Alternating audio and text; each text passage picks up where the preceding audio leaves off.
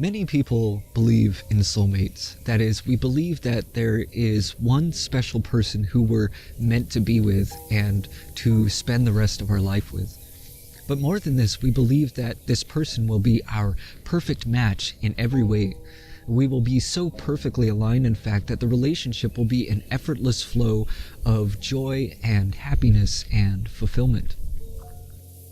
But the belief in soulmates is not really based upon any sort of actual experience or evidence. Rather, it's based on wishful thinking. After all, how many of us have actually found that perfect match? Of course, if you're still searching, then it seems obvious that you haven't. And when we look back at our past relationships or the people that we've dated, how many times did we believe that we had found our soulmate only to discover sometime after that this person didn't really seem to fit that ideal?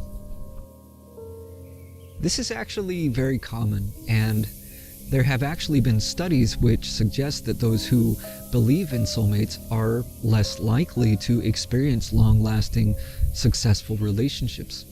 And when you really begin to examine this, it becomes obvious why this is so. One such study, conducted by Raymond Knee, divided participants into two categories, those who he called destiny believers and those who he called growth believers.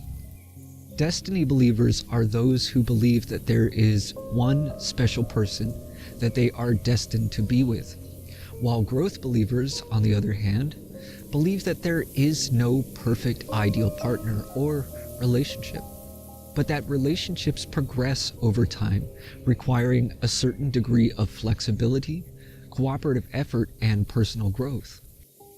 And depending on our own personal beliefs in this regard, this has a very powerful influence on how we approach and engage in relationships. When meeting someone for the first time, for instance, the destiny believer will be trying to determine whether or not this person could potentially be their soulmate. They're on the lookout for commonalities, of course, but they're also much more sensitive to differences, to flaws and imperfections. And if they find that this other person is not perfectly aligned with them in every way, they're often unwilling to invest time into that relationship. They'll tend to disregard it entirely and continue on in their search. The growth believer takes a different approach. They will also be on the lookout for commonalities, but they don't see minor differences as deciding factors. They don't believe that there is one perfect person or that anyone is truly perfect, but that we are all unique and we all have our own flaws and imperfections.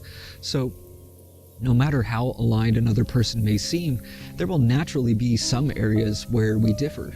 The question is not whether that person is perfectly suited to us, but rather, can we work with these differences and imperfections? Because the destiny believer is constantly searching for perfection, they rarely experience long-lasting relationships. Their relationships tend to be intense and passionate in the beginning, but they burn out very quickly with a great deal of frustration and disappointment. As soon as they discover some flaw in their partner or some kind of tension or conflict arises, they take it as an indication that this is not the person that they're supposed to be with. And so they might abandon that relationship in order to move on in their search. The growth believer, understanding that no one is an absolute perfect match, is willing to invest more time and energy working to resolve differences, or at best to tolerate them. They understand that a relationship is about growth, so when challenges arise, as they inevitably do, they don't just turn tail and run.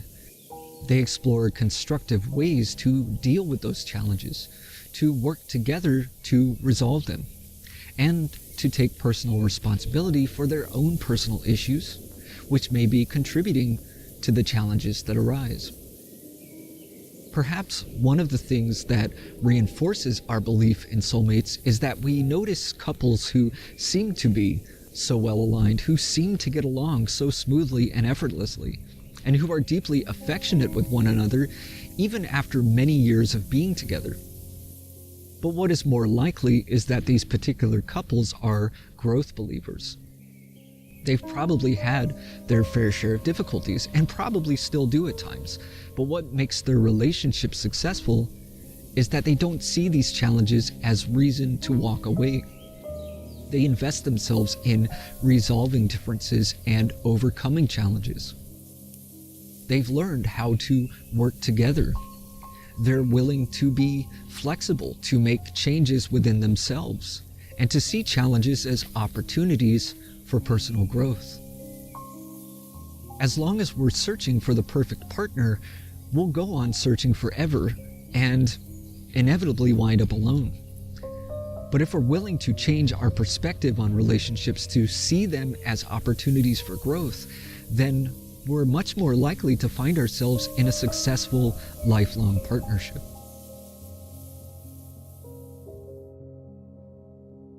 If you find this content valuable, don't forget to like, share, and subscribe.